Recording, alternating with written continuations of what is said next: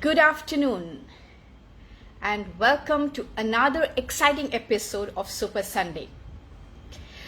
Please confirm that you can see me clearly, hear me clearly. Can anybody please confirm that? Hi Swati, can you see me clear? Can you hear me clear and loud?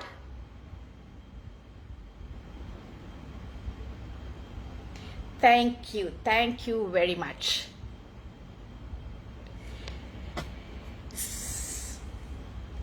So let's get to the crux of today's topic. As all of you know, we do Super Sundays on this Digital Marketing Dubai group to support single owners, newbies who want to get into business with all about insights, information about how to run a business. Well, as I say every time, business is not about just an idea that needs to be monetized, but it's a lot of other things as well. And today's topic is just going to take you through each of these aspects. You business owners or who want to be the latest face in this crowd, all of you want to start business or have a fantastic idea for a business.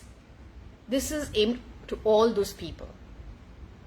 Starting a business is just not a child's play. It's a lot of things, a lot of hard work, time, efforts, a lot of pressure, stress on your relationship, on your finances, on your time, on everything. When somebody wants to actually start a business, they have this beautiful, fantastic idea that's going to create wonders, impact the world in a positive way. They're going to make money out of it.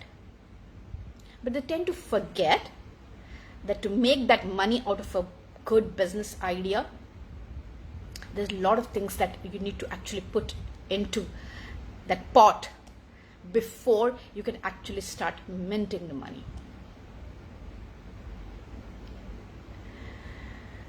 We have perfect ideas for business. We have done our due diligence. We know what needs to be done, what doesn't need to be done. Last time we spoke about the U pillar. That's our inner strengths and weaknesses that we get into the business scenario. There are other three important parameters that we need to look at. And those three parameters are time, money, and people. Have you ever thought that this can be the important parameters in starting a business? Statistics say that almost 95% of the businesses that start fail in the first year or close down.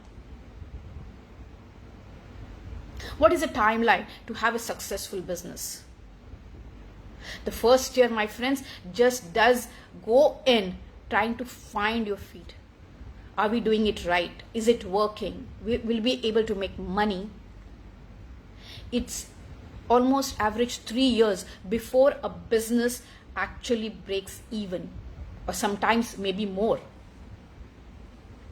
And in this scenario, if you do not consider these three parameters of time, money, and people, it would be an uphill task. So what do I mean by these three parameters of time, money, and people? We say that entrepreneurs or budding entrepreneurs should be fantastic time managers. You should have time management skills. By the way, that's a myth. You cannot manage time. You, I, each one of us who's living on this earth has only 24 hours at their disposal. Nobody has 23 or nobody has 25. We just, each one of us have 24 hours at our disposal. When we have 24 hours, how can we manage time? Can I get in more time? Can I give out more time? So what do we mean by time management? Time management is actually not the management of the time frame, but it's management of the actions we take in a particular time frame.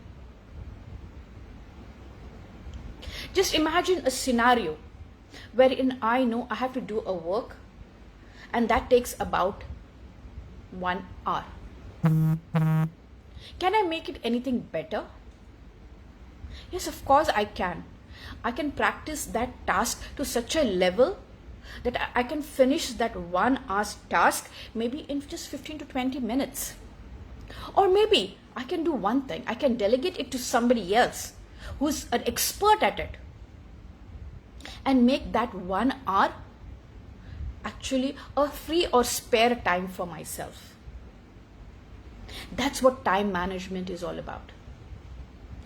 We never say time management in terms of time durations.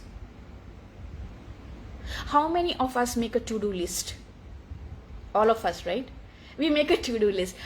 Tomorrow morning when I wake up, I need to do this. The list goes on and on and on. By the end of the day, what happens? Maybe we have done 50%.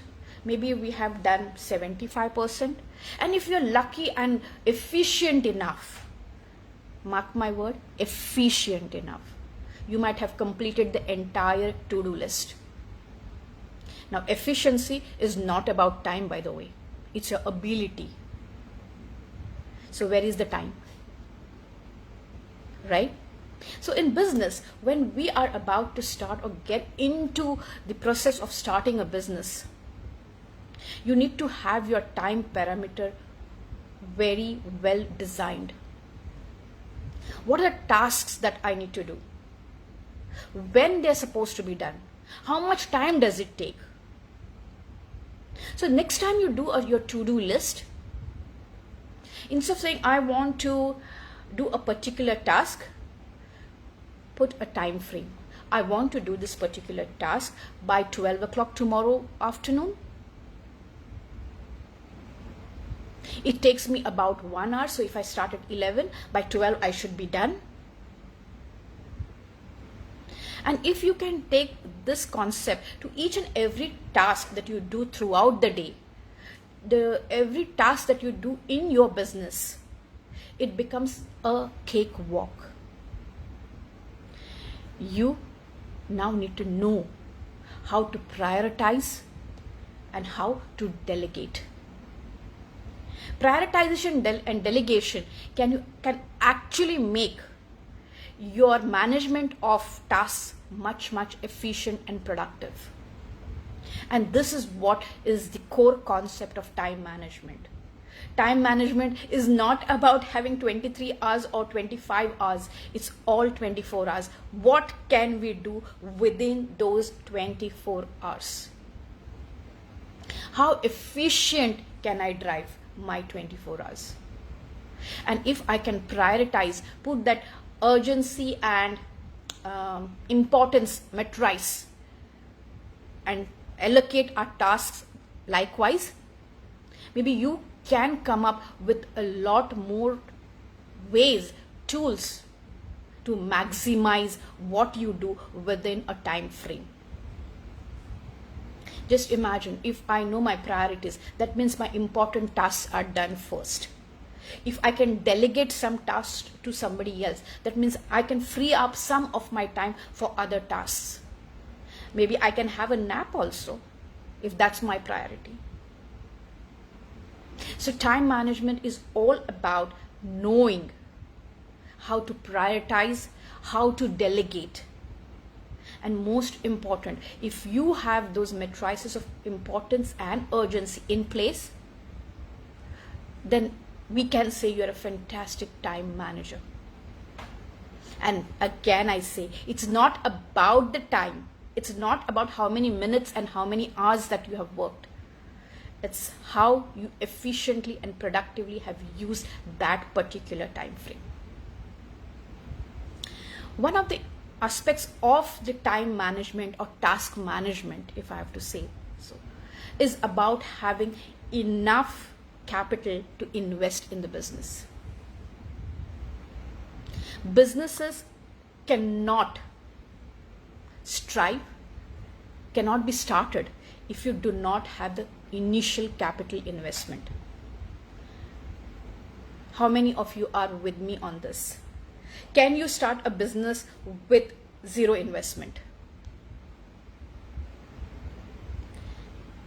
If I start with zero investment, that means I am not actually having a legal entity. Just imagine I start a business and it doesn't have a trade license. To have a trade license, I need money to put in at the word go. Yeah, so actually your expenses have even started before your business has started minting money. So money is important as such for your trade license, for your office space, for the people you're going to hire, for the utilities, your phone, vehicle, fuel, travel, everything requires money.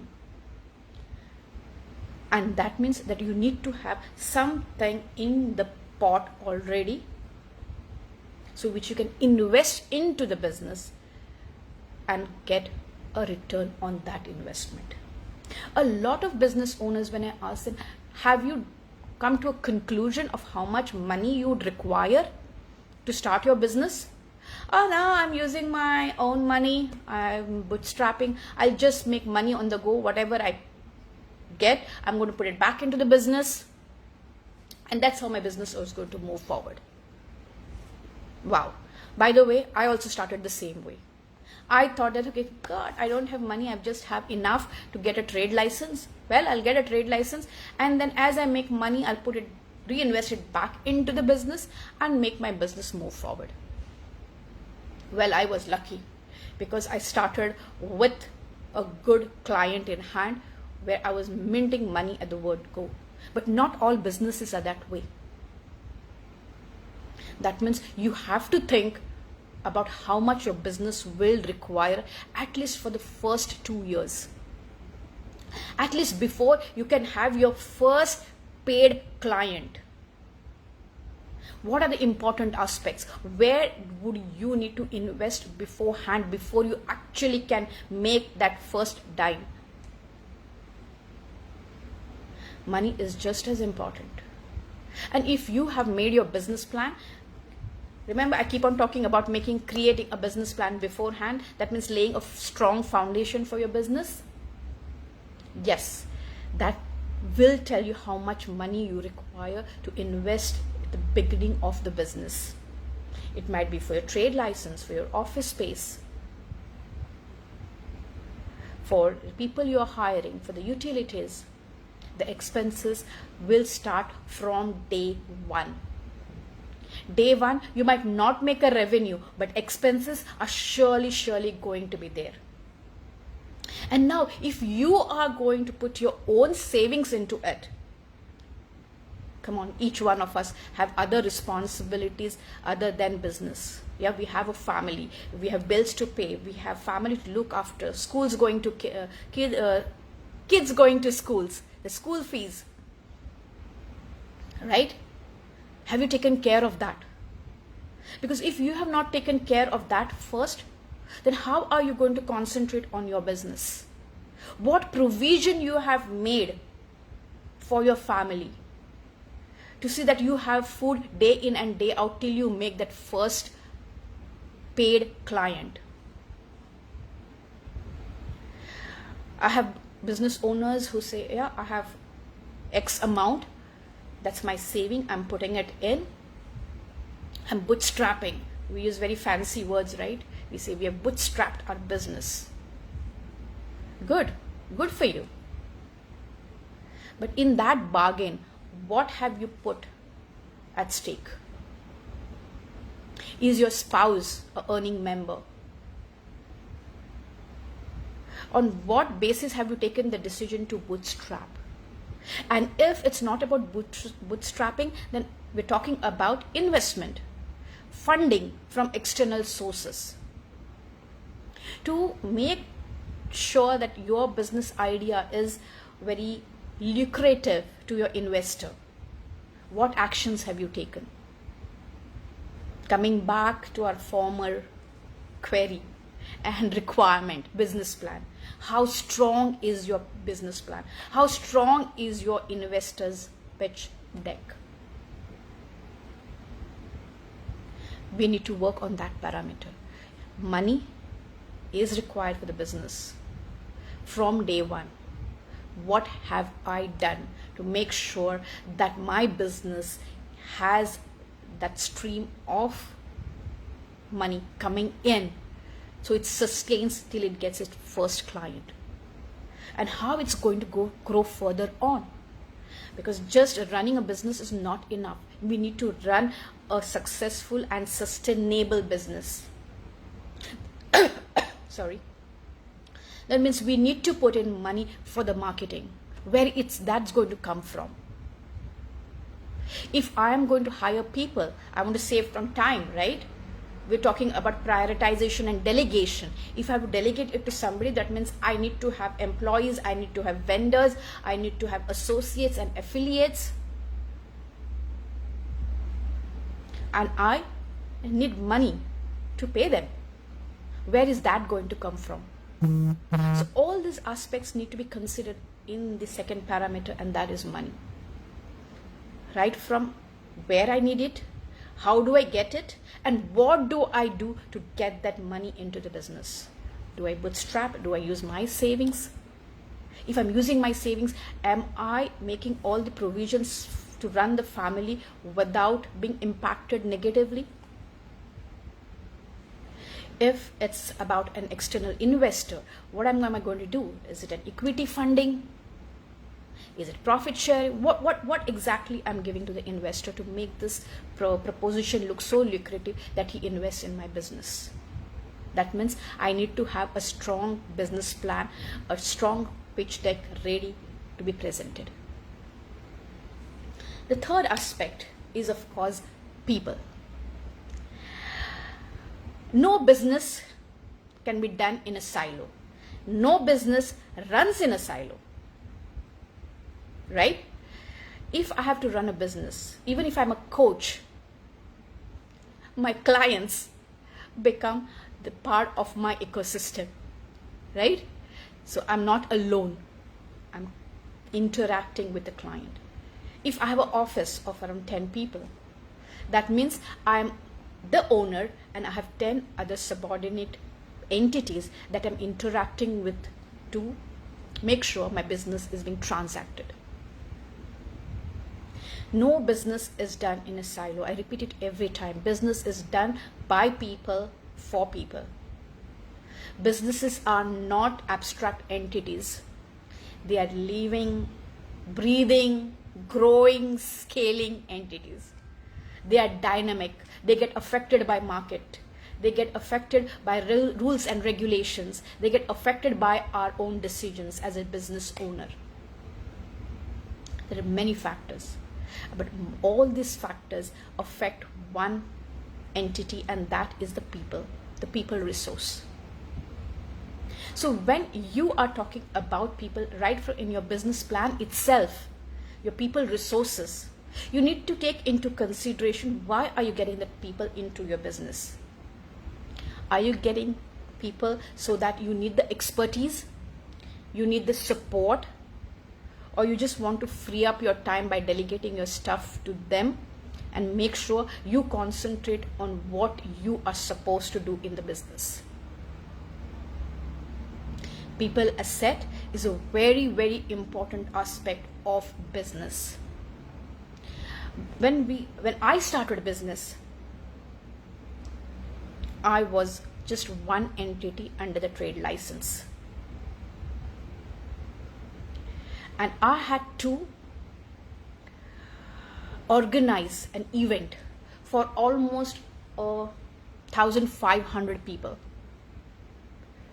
Now just imagine, as one person, would I have been able to do that alone?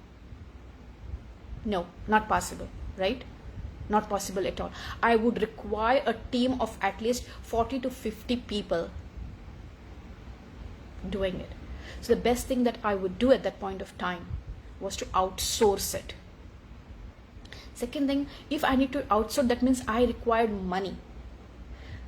So I had to look for an investor to invest in the business. Third is about the time. See, I'm just reverse engineering what I said just now. People, I required people, so I needed money. Because I had that money in place, I had enough time to do things that I was actually supposed to be doing. Taking the right decisions so that event would be successful. Coordinating and supervising the event so that the outcome is positive.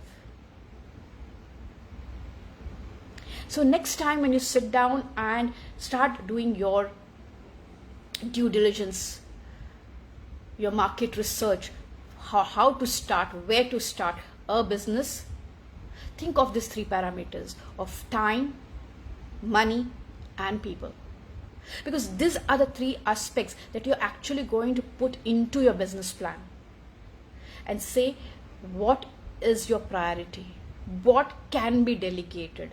If I need to delegate, I need the money to pay these people. Where is it going to come from? Okay, it's going to be coming from the investor. Then how lucrative the proposition is to the investor. Is my business unique enough? Is the concept of the business self-owned? All these parameters need to be looked at. And this make these three parameters very, very important when it comes to noting down how you're going to run the business, what are you going to put in, and what you're going to get out of it. Time management, I'll repeat, time management is not about maximizing your time. It is about how efficiently having the ability to manage each task within the time frame. 2, the money. Where is it going to come from? And how long would it take to raise that kind of a money? Where it's going to come? Who is going to invest? And what are they going to get in return? And of course, the third important parameter is the people. People within your office, people outside your office. I kind of like to use those fancy words of associates, affiliates, strategic partners. All this, how fantastic this sound, but at the end still mean the same thing. They're supporters to your business. They're complementary entities to your business. And it's completely another topic altogether as to how to build up these relationships. And we will take it up soon. One of the episodes I'm going to talk about how to build strategic partnerships or affiliations or associations and how they can help you with the business. So for today, that's it. We have spoken about the 3 most important parameters of time, money, and people. If you have any questions, you can put them in the comment box and I'll make sure that I respond to them personally. Today I've not received any notification from Priya, so I don't know if she's doing a session today, but usually Priya's sessions happen during I think 6 or 6:30 in the evening, and you can tune to hear from her fantastic marketing tips and current trending attributes in terms of marketing. So till next time, yes, thank you Kishore. Priya comes on at 6:30 in the evening on the same platform, so you can tune on to listen to Priya. So for today, this is it from me. Hoping to see you next week, same time, same platform, 2 p.m. for Super Sundays. If you need any more information, you need to get in touch with me. You can just post it in the comment that you want to speak to me, and I can take it one-to-one as well with you. Anything that's to do with business mentoring, I love to support you people. Just put up your questions and I will respond to them. So today, it's bye from me and have a fantastic day and a week ahead. See you soon. Bye.